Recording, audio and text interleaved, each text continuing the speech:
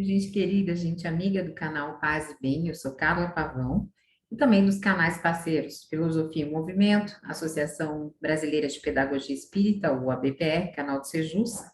Estamos juntos, juntas e juntos. No dia de hoje, eu gostaria de falar sobre o capítulo 10 deste livro, Espiritismo, Sociedade e Política, da editora Comênios. Ele está esgotado nesse momento, mas esperamos que em breve vocês possam comprar novamente. O capítulo 10 é de Luiz Inácio, ele ainda é membro do Sejus, mas ele não se considera mais espírita, por isso é importante que nós tenhamos este olhar ao fazer a leitura, ao comentar o capítulo. De toda forma, o tema é interessantíssimo, porque é o conservadorismo político no espiritismo brasileiro. E diante disso, como é um artigo muito extenso, eu gostaria de dividir em duas partes.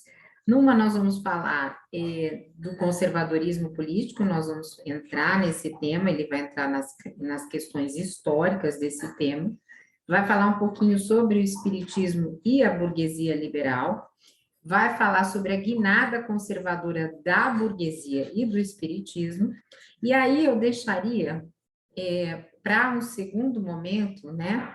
Ou melhor, eu vou dividir esse momento do liberal junto com haverá possibilidade de interpretação progressista na doutrina espírita.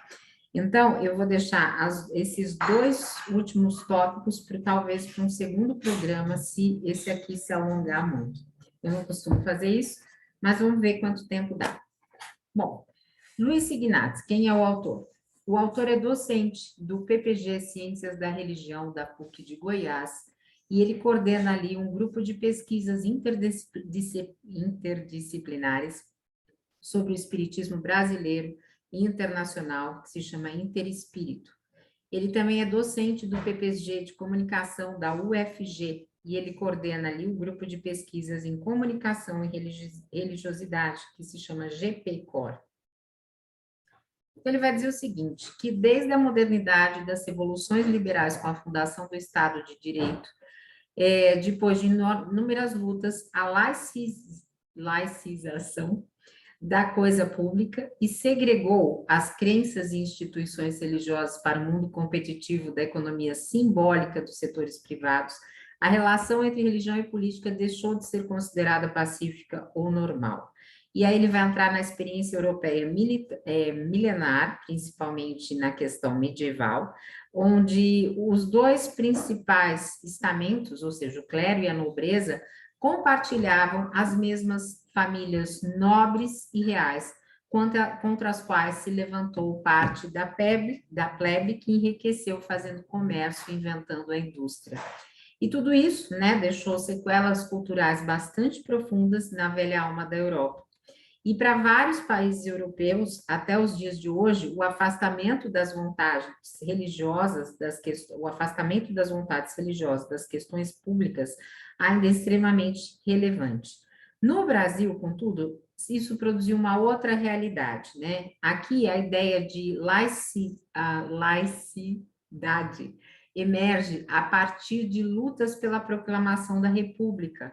Então, haveria esse alinhamento, né? Tinha esse alinhamento externo, civilizacional, mas não haviam conflitos decorrentes dessa relação promíscua ou não entre a igreja e o poder.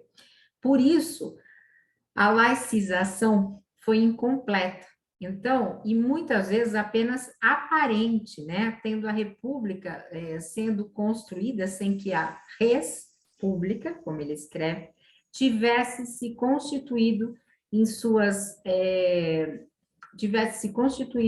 separação clássica de interesses privados das elites econômicas e eclesiásticas.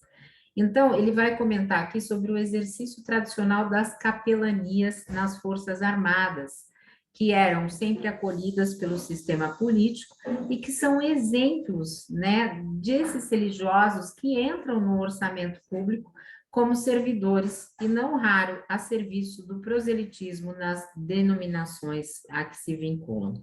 E aí ele vai falar que essa conflitualidade entre a onda civilizatória do laico e as tradições do poder religioso, do poder religioso herdadas no período colonial, elas vão continuar como cenário de fundo da realidade brasileira até hoje. E por conta disso, em diferentes matizes, né, é que as temáticas políticas e eleitorais bordejam as movimentações religiosas no país. Recentemente, Lula, inclusive, comentou que a questão religiosa não entraria, né, na campanha dele. Ele vai dizer o seguinte, que a Igreja Católica mantém até os dias atuais uma relação de proximidade quase orgânica com o sistema de poder, ocupando postos privilegiados em conselhos, em órgãos estatais, e especialmente com as verbas de assistência social e educação. E que as igrejas evangélicas, que surgiram com o liberalismo revolucionário, mantinham uma distância respeitosa dos sistemas de poder, mas desde a primeira metade do século XX, com o surgimento do pentecostalismo norte-americano e no Brasil, com a emergência dessas correntes, elas passam a se movimentar cada vez mais no sentido de acumular riquezas e conquistar postos de mando fundamentadas teologicamente pelo discurso de entronizar homens de Deus no poder, ou ministros terrivelmente evangélicos, como nós já ouvimos falar. Esse é um grifo meu, não está no texto de Signates, mas eu gostaria de lembrar o seguinte, aqui no canal Paz e Bem, nós temos a entrevista nas playlists lá, que eu mesma fiz, com o Gilberto Nascimento, que é autor do livro O Reino, onde ele conta como é toda essa construção do Edir Macedo para as questões, envolvendo as questões de religião e política. Se você perdeu, passe por lá e dê uma olhada. Voltando ao texto, ele vai dizer que as consequências dessas disputas podem ser facilmente entrevistas no funcionamento de parlamentos e poderes de diversos países, que a eleição de Jair Bolsonaro, como nós sabemos, a presidência da República, é um caso típico dessa interação de dinâmicas, e que não é segredo para ninguém que houve essa forte onda conservadora, depois do golpe de 2016, que depôs a presidenta Dilma Rousseff, advém, sobretudo, do meio religioso. É bom lembrar que daí que nós, grifo meu, né, aqui surgimos o canal aqui Paz e Bem. Então, e ele vai dizer que boa parte da resistência de esquerda a essa onda também é alimentado por esperanças e crenças na natureza religiosa, que o debate político brasileiro passa quase que obrigatoriamente pelas relações religiosas e de modo tão veemente que um político que se declare publicamente ateu poderá inviabilizar-se eleitoralmente. O espiritismo brasileiro, vamos lembrar que o espiritismo brasileiro tem até uma tese, tem até um livro da antropóloga Sandra, eu nunca sei se é Stoltz, mas é um desses dois nomes, que se chama Espiritismo à Brasileira, e ela não é espírita, e ela vai dizer desse espiritismo que se formou no Brasil, que está ainda muito distante de Allan Kardec, e vamos lembrar que a BPE, Dora Encontre, né, todos que estudam na Universidade Livre Pampédia, como eu, nós tentamos fazer esse retorno ao espiritismo, que é um espiritismo do seu fundador e filósofo Allan Kardec. Então, aqui nós estamos falando do espiritismo brasileiro. Ele vai falar, o conjunto doutrinário da origem europeia trouxe a noção de laicidade entaranhada na recusa de se tornar uma religião formal, que é a velha discussão, o espiritismo é religião? Então, não é, porque não tem templos, não tem sacerdotes, mas tem diálogo com esferas religiosas e tem suas práticas, desde a França, em atividades que, para os signates, são tipicamente religiosas, como a crença de Deus e a oração, mas se recusa a admitir ordenação, ritos e formalidades, e também hierarquia, gente, é importante a gente falar isso. E tudo isso são características das religiões organizadas, nós não temos isso. No Brasil, ele vai ser recebido na maioria por padres e leigos católicos, segundo a tese da Célia Ribas, que não esteve ainda conosco aqui, mas que dá aula na Universidade Livre Pampédia, é uma socióloga, e uma das teses dela se chama Em Princípio Era o Verbo. Eu já fiz um Paz e Bem sobre esse material. Que viam no Espiritismo uma concretização das expectativas religiosas cristãs e não tinham essa laicização radical da Europa no horizonte de prioridades. Então, o Brasil ele vai ter uma realidade muito diferente do velho continente, porque ele ainda vivenciava, o seu modo, a escravidão e a proclamação da República. Então, ele já era socialmente desigual e injusto. Isso está aí até hoje, né? E essa foi a razão pela qual os primeiros espíritas tangeram o movimento nascente para a construção de uma religião piedosa, caridosa com os pobres, mais desvinculada das lutas sociais e políticas que produziram a mesma relação promíscua que testemunhavam nas igrejas. Vamos lembrar que Bezerra de Menezes era conhecido como o médico dos pobres, e vamos lembrar que nós, progressistas, isso talvez ele fale lá na frente, mas é bom a gente frisar aqui, nós, progressistas, temos sempre essa questão de não falarmos de caridade, mas falarmos bastante em justiça social, que é necessária. Então, o espiritismo, voltando ao texto, o espiritismo brasileiro não tinha como ser idêntico ao francês, nem fiel às práticas do seu fundador, mas tinha os ideais libertários e de justiça social que animavam a burguesia revolucionária e deram surgimento a formulações utópicas na Europa, que eram mantidas pelos espíritas, que liam o maçom espírita e socialista utópico, Leon Denis, com a mesma veneração com que compulsavam os estudiosos cientistas contemporâneos de Allan Kardec.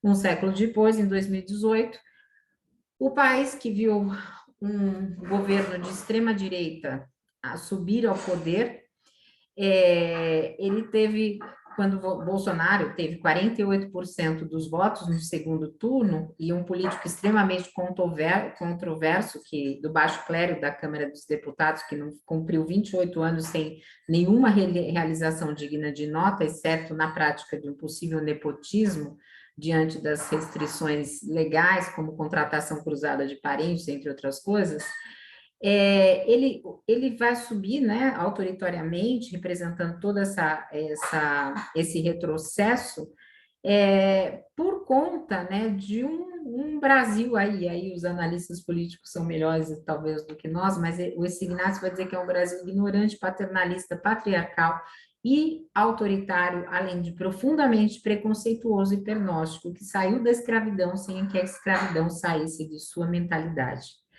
Então, a adesão dos espíritas naquele momento da eleição, ela é muito alta. Deixa eu ver se ele traz aqui o dado. Olha, 40% dos espíritas votam em Bolsonaro. Atualmente, as últimas pesquisas revelaram que 33% desse movimento conservador ainda empaticamente se alinha ao Bolsonaro.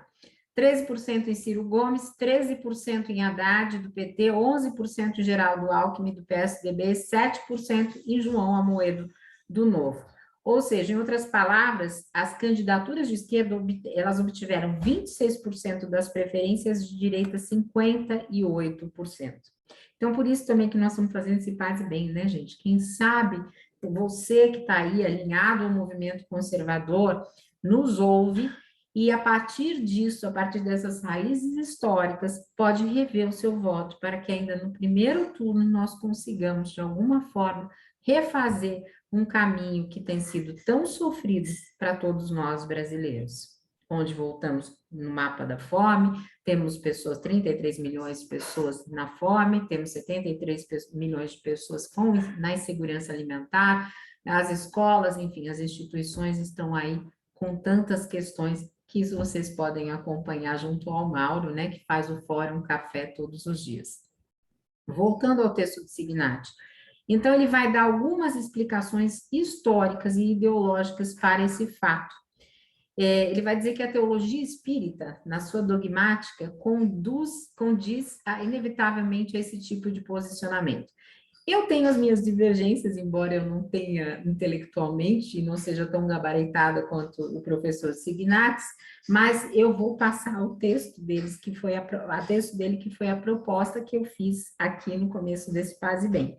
Deixe nos comentários se você tiver concordância ou divergência, e esse não é um texto que pretende colocar o espiritismo numa situação incômoda, mas é um texto aberto para que nós, a partir de um grande intelectual, possamos repensar e entender alguns caminhos que fizeram com que nós chegássemos até aqui. O espiritismo e a burguesia liberal. Os registros históricos do espiritismo no seu início na França do século XIX remetem a uma corrente de pensamento, nem sempre religiosa, mas tipicamente burguesa, que procurava dialogar com as classes trabalhadoras. Em plena Revolução Industrial, próprio Allan Kardec faz uma viagem a Lyon, que é relatada na Revista Espírita de outubro de 1861. E aí ele vai dizer o seguinte: com efeito, Allan Kardec, tá? Não é mais por centenas que ali se contam os espíritas, como no passado, mas por milhares. Melhor dizendo, não mais são contados e calcula-se que, seguindo a mesma progressão, em 1 ou 2 anos serão mais de 30 mil.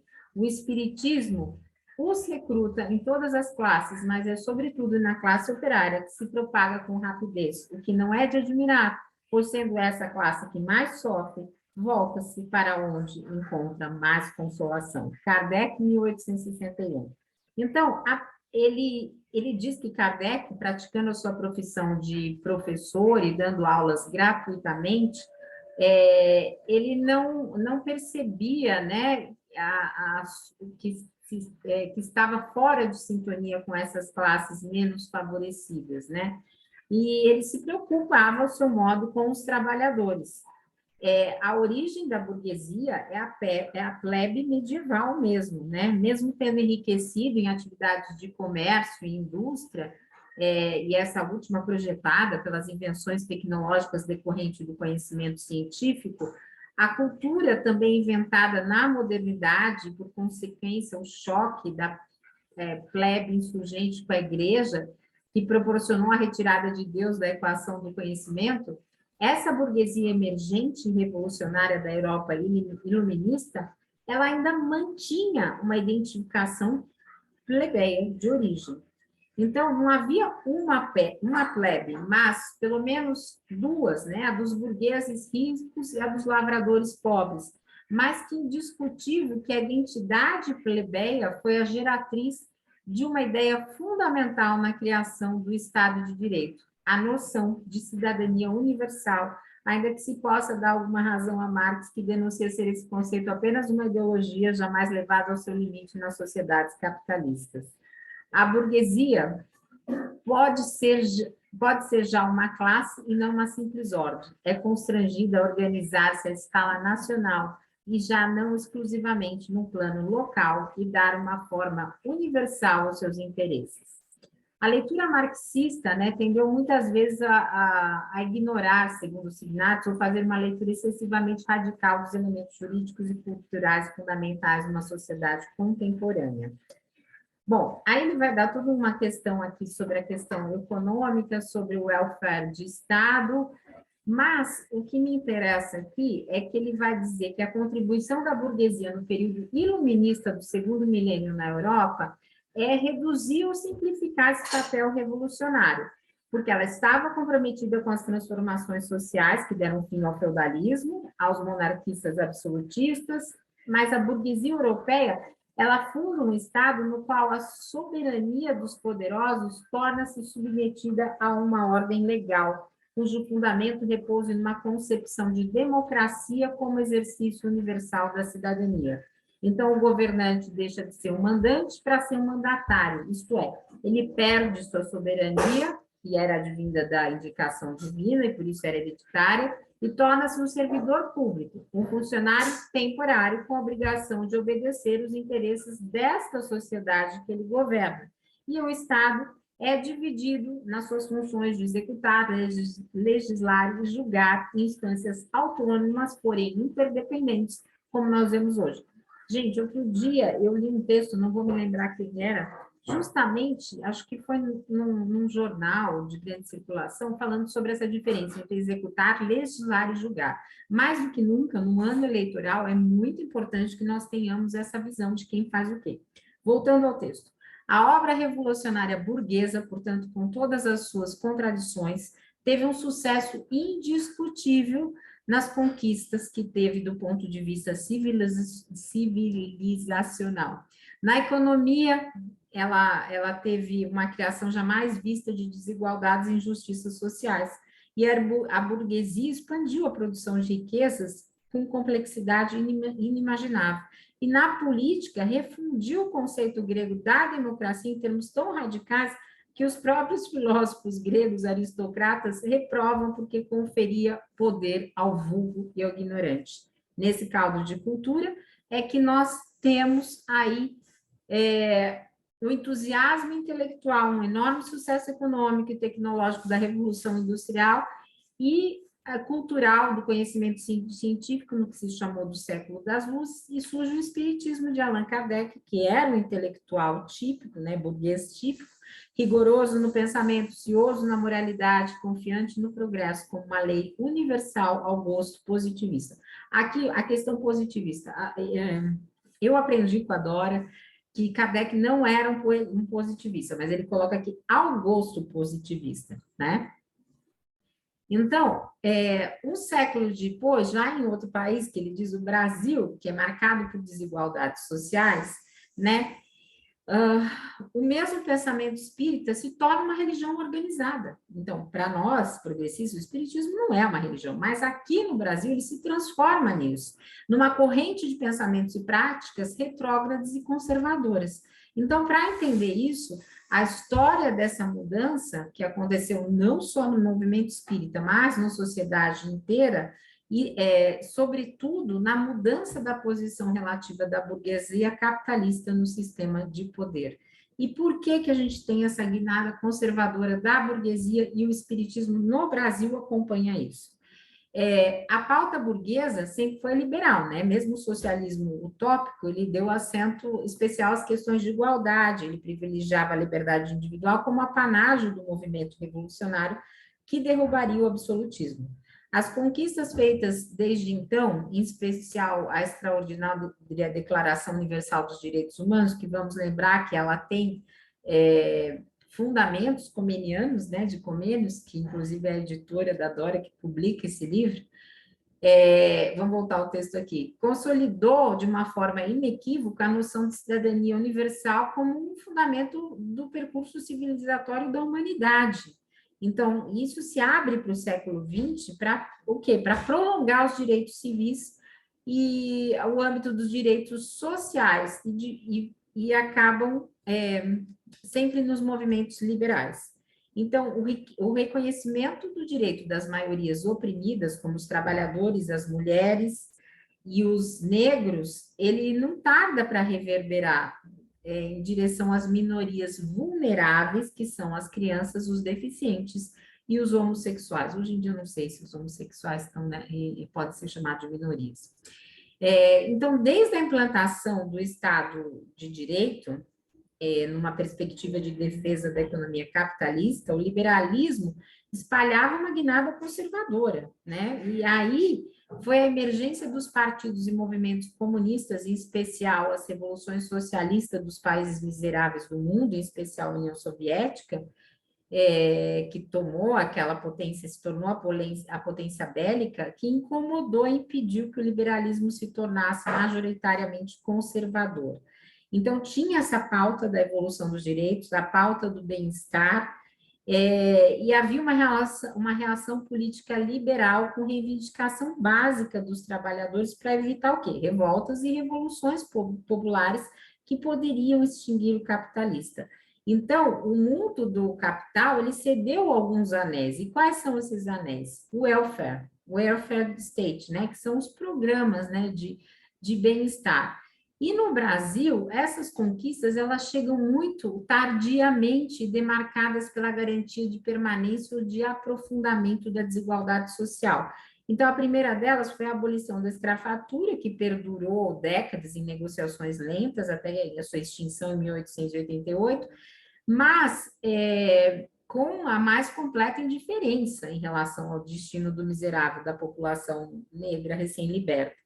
Nos meados do século XX, ainda havia casos ilegais de escravidão. Bom, a gente vê até hoje, né? Pessoas em situação escrava, né? Ou situações, ou relações trabalhistas análogas à escravidão. O próprio Laurentino Gomes, ele vai relatar o seguinte: oficialmente a escravidão acabou em 1888, mas o Brasil jamais se empenhou de fato em resolver o problema do negro, segundo a expressão usada por Nina Rodrigues. Liberdade nunca significou para os ex-escravos, seus descendentes, oportunidade de mobilidade social ou melhoria de vida. Eles nunca tiveram acesso a boas terras, bons empregos, boas moradias, educação, assistência, saúde e oportunidades disponíveis para o branco. Então, nesse contexto, no final do século XIX, esse espiritismo nasce no Brasil, ele é trazido por religiosos católicos e não religiosos, pertencentes às elites das cidades do Rio de Janeiro, São Paulo e do Nordeste. Então, aqui ele vai ganhar o formato desta religião caridosa, que não é o que nós progressistas vemos, e vai ser animado, sobretudo, pelo socialismo utópico que vinha da França, na esteira da religião positivista de Comte. Por isso que se diz muitas vezes, Kardec era positivista. Não, Kardec não era positivista, mas aqui no Brasil ela teve esse tom. E aí, o que acontece? Quando acontece a Revolução, onde acontece, gente, desculpa, a Revolução Socialista na Rússia, vários espíritas acabam esposando os ideais comunistas, sensibilizados pela ideia de que se tratava uma evolução natural e inevitável da sociedade. E o Sinué Miguel já esteve comigo aqui, já deu entrevista, está lá na playlist falando sobre meio ambiente. Se você perdeu, coloca Sinué Miguel na playlist que você encontra lá. Vai dar uma olhada. Sinué Miguel é uma liderança jovem e muito articulada do espiritismo e que tem esse olhar pelo meio ambiente. Então, vamos lá, ele vai dizer o seguinte, Sinué. Sobre o comunismo, vale destacar um texto extraído da revista Lisboeta Estudos Psíquicos, de maio de 1952, no qual se afirma que o comunismo é o tipo de organização social vigente no mundo espiritual, porém sem elementos de repressão, tal como acontece na Terra, já que todos buscam comunidades com as quais sejam afins. Assim, o mundo espiritual pode ser considerado como o paraíso comunista, com que muitos sonharam. Reformador, fevereiro de 1964. Isso foi citado pelo Sinué numa obra de 2012. Então, o que acontece? Alguns conflitos passam a imperar aqui, né? Um distanciamento do ideário espírita de posicionamento mais à esquerda. O primeiro e mais importante, ou seja, muda-se, né, tudo, é a percepção das religiões negras e sua proximidade com as práticas mediúnicas e espíritas. Então, no contexto cultural das grandes cidades, havia o que? Uma rejeição, que era bastante hipócrita das práticas espirituais herdadas pelos escravos, denominada pejorativamente de feitiços e sociologicamente enquadradas como magia, como formas de lhes recusar a condição de religião ou religiosidade legítimas. Então, dessas práticas, o recém-chegado espiritismo kardecista é que vai surgir o quê? Os terreiros, os centros e os terreiros de Umbanda. Então, o primeiro encontro que se tem notícia é do sociólogo Renato Ortiz, que conta a história de Zélio de Moraes. Essa história a gente tem aí no Caminhos do Espiritismo, eu não vou me ater a ela, mas eu vou voltar na questão do espiritismo conservador. Na virada do século XX, a percepção popular brasileira ajuiza os terreiros de Umbanda e os médiuns isolados, feiticeiros, entre aspas, como baixo espiritismo, eu não acredito nisso, relegam a essa condição de inferioridade. Tanto é que na mediúnica do Seju, gente, a gente tem lá Pomba Gira, a gente tem Preto Velho, a gente tem uma infinidade de guias e espíritos que se comunicam como eles acreditam que seja a melhor forma evolutiva que tiveram na Terra. Então, e aí também surge a questão do mesa branca, né? O uso da denominação espírita, eles vão passar a adotar o espírita não apenas por herança histórica, né? Mas ele vai nascer no seio deste movimento espírita. Então, eles discordavam, então, assim, a reação dos espíritas à época era discordar, né, dessa qualificação de inferioridade. Os intelectuais do espiritismo foram praticamente unânimes nessa posição durante toda a primeira metade do século XX, e eles queriam uma pureza doutrinária do espiritismo, reivindicando que o movimento espírita, as práticas estranhas e primitivas que o contaminavam, distorciam. Tem horror, existe uma obra espírita muito conservadora, que quando eu me formei como expositora da FESP, onde eu não atuo mais, mas onde eu estive durante muitos anos da minha vida antes de ajudar no Sejus, que se chama Pureza Doutrinária. E eu tenho um profundo desconforto, tanto é que um aluno que fazia o curso comigo escolheu falar sobre isso durante a nossa formatura e eu não participei. Não participei porque eu discordava completamente. Então, inclusive quase fui expulsa do curso por conta disso. Foi muito difícil eu me formar. Seria algo único, alguém que sempre foi tão estudiosa como eu ser expulsa, mas eu quase fui pelas minhas posições à esquerda. Bom, vamos lá. Então, o movimento espírita, ele é formado, né, e a gente sabe pelo último censo também, por pessoas de classe média, classe alta, nascentes da burguesia brasileira, estudiosos, muitas vezes intelectuais, né, jornalistas, filósofos, advogados, e ele demora praticamente todo o século XX para se perceber aquilo que a antropologia e a sociologia já haviam assumido, cada vez com mais força, né, de que as culturas não são hierarquizáveis, e, sobretudo, que os negros e os indígenas não são cultural ou religiosamente inferiores. Eu prefiro dizer aqui, eu vou dizer da minha forma que o Ignácio diz, que o povo preto e que os povos originários não são culturalmente ou religiosamente inferiores. Então, e aí, tornado religião mais do que qualquer outra forma de conhecimento, a obra de Kardec foi rapidamente transformada num códex e convertida em critério de verdade para a composição da identidade espírita. Olha, eu diria que no movimento tradicional se conhece pouquíssimo da obra de Kardec, se conhece tudo, menos Kardec. Mas vamos voltar aqui. Num quadro de feroz crítica dos intelectuais espíritas às práticas culturais mediúnicas das religiões negras ou afro-brasileiras, havia o clamor no sentido de que os médicos estudassem as obras básicas. Obras básicas que se fala no movimento são as obras de Kardec, mas eu também não concordo com essa denominação. Queriam que ele se prontificasse a estudar e conhecer a obra kardeciana ou para não permanecer nas tradições primitivas e inferiores. Olha aí o preconceito, gente.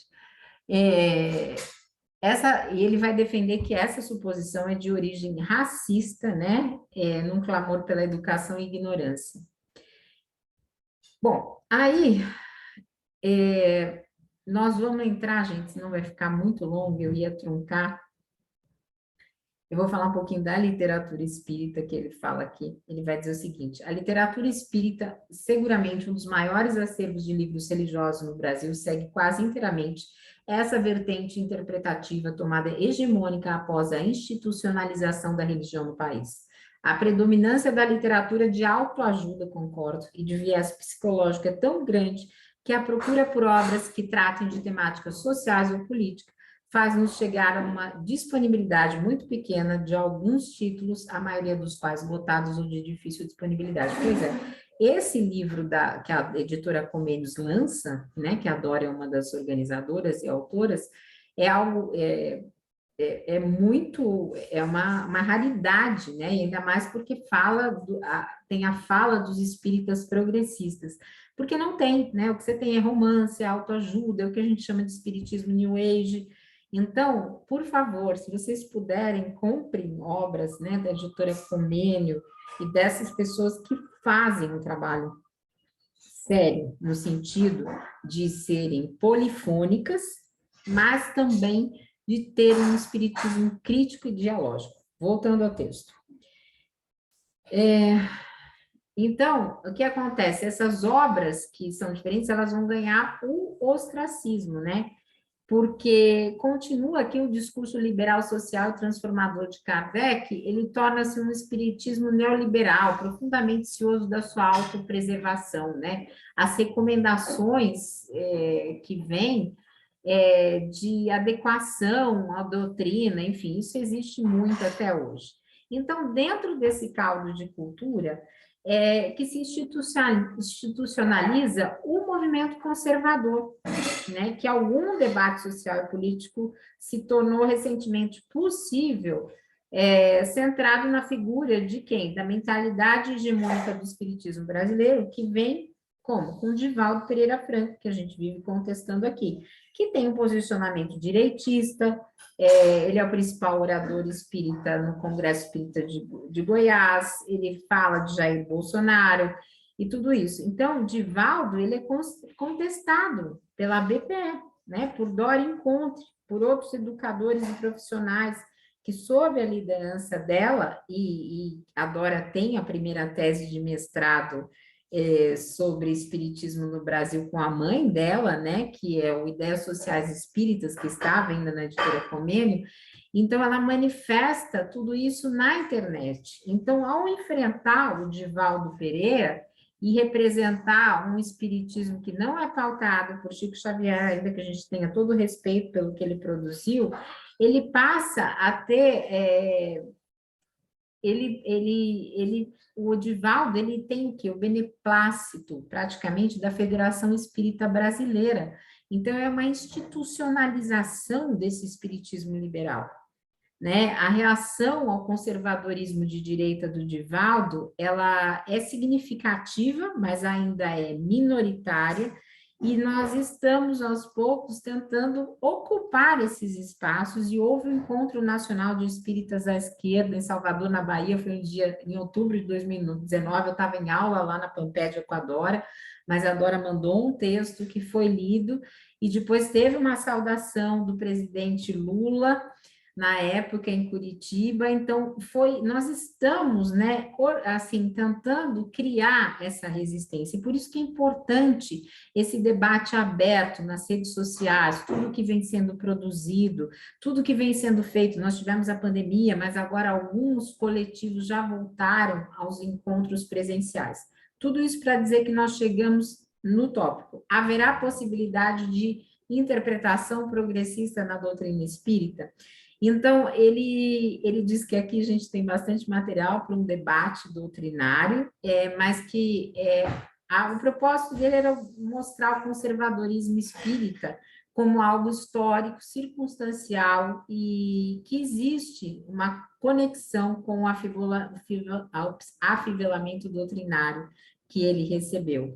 Mas, por ser uma doutrina de fundo iluminista, nascida no burburinho das ideias liberais de uma burguesia europeia, o espiritismo de Kardec ainda tem muito, né, de leis universais, o professor tem uma carta de princípios que pode, de alguma forma, combinar com o liberalismo, mas, de alguma forma, né, é possível afirmar que os recentes movimentos progressistas, no seio do movimento espírita brasileiro, inicialmente reativos às posições retrógradas de vários seus líderes, podem ser percebidos como algo muito maior, como o início de uma trajetória de recuperação das energias transformadoras que o espiritismo perdeu com sua institucionalização sistêmica de meados do século XX.